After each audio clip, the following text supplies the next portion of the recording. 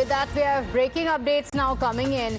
The question is the opposition shifting goalpost? While the government is ready to debate the action of the police officials, the Congress party has now doubled down its attack on the centre, asking if the government decides about issues that are raised by the opposition. In fact, the Congress is now asking for more demands. In fact, it has now put forward more demands that first, Amit Shah must speak in Lok Sabha. It is a demand that the government has agreed to. The second demand is a statement on Ram Mandir. And the third demand also now being added, which is the Prime Minister must issue an apology.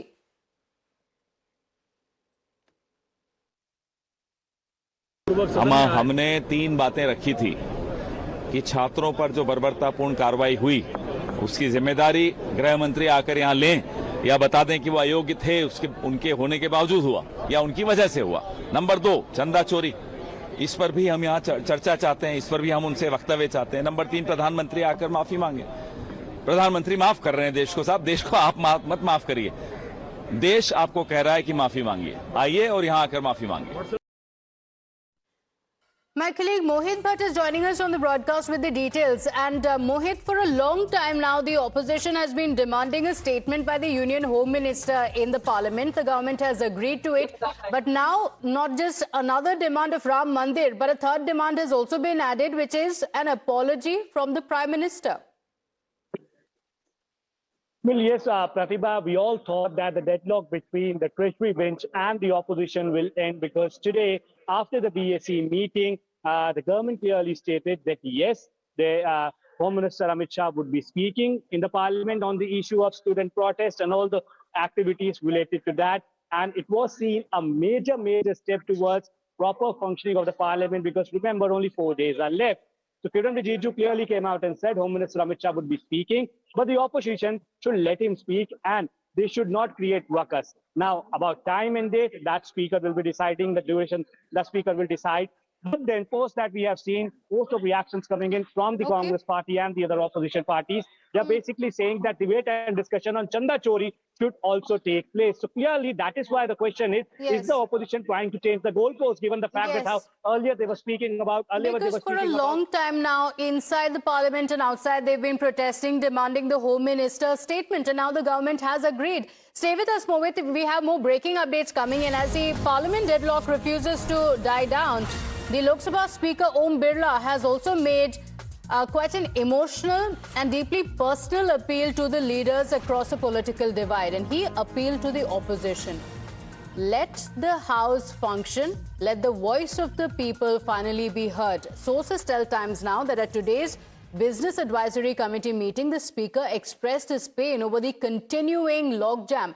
My colleague Pragya is also on the broadcast with us. And Pragya, first, it was the demand for Dharmendra Pradhan's resignation. Then it was a statement from the Union Home Minister Amit Shah. And even this demand, the government has agreed to. The government has said that the Home Minister will speak. And yet, the opposition protests continue. Take us through what happened in this Business Advisory Committee meeting.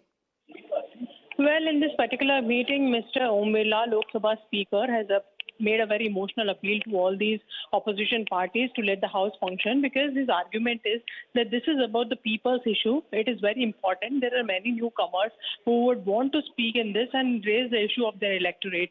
But having said that, there are other political issues of every political party. And in fact, there was no consensus on what important bills can be brought in, except those who have been already introduced. What they said is that their demand is to have debate on two bills. Two issues, and their demand is that one, Mr. Amit Shah should come to the House and make a statement on whatsoever the police atrocities had been committed on the protesters, and secondly, on Ram Temple. Now, the government is saying the original demands, we will stand by it. Mr. Amit Shah also made it very clear that he will come and he will have a full-fledged debate, not just a statement, because this is such a sensitive issue. This needs to be dealt properly, and there should be full-fledged debate in the House on this particular issue. And government is ready to do that. Now, opposition has to take a stand whether they would want this debate or not, because Ram Temple was never the initial debate, and in fact, they never brought the banner during the protest over Ram Temple embezzlement fund issue. Even the Samajwadi Party did not bring panel initially.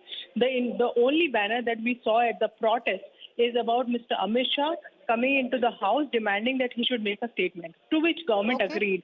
Now it is up to the opposition whether they agree to have this kind of debate, to have at least this important debate in the house or not, because there is also a faction in opposition parties like Samajwadi Party saying that Ram Temple is bigger issue than Mr. Amit Shah coming into the house. It looks like government is all set and all ready to debate this particular issue. Okay.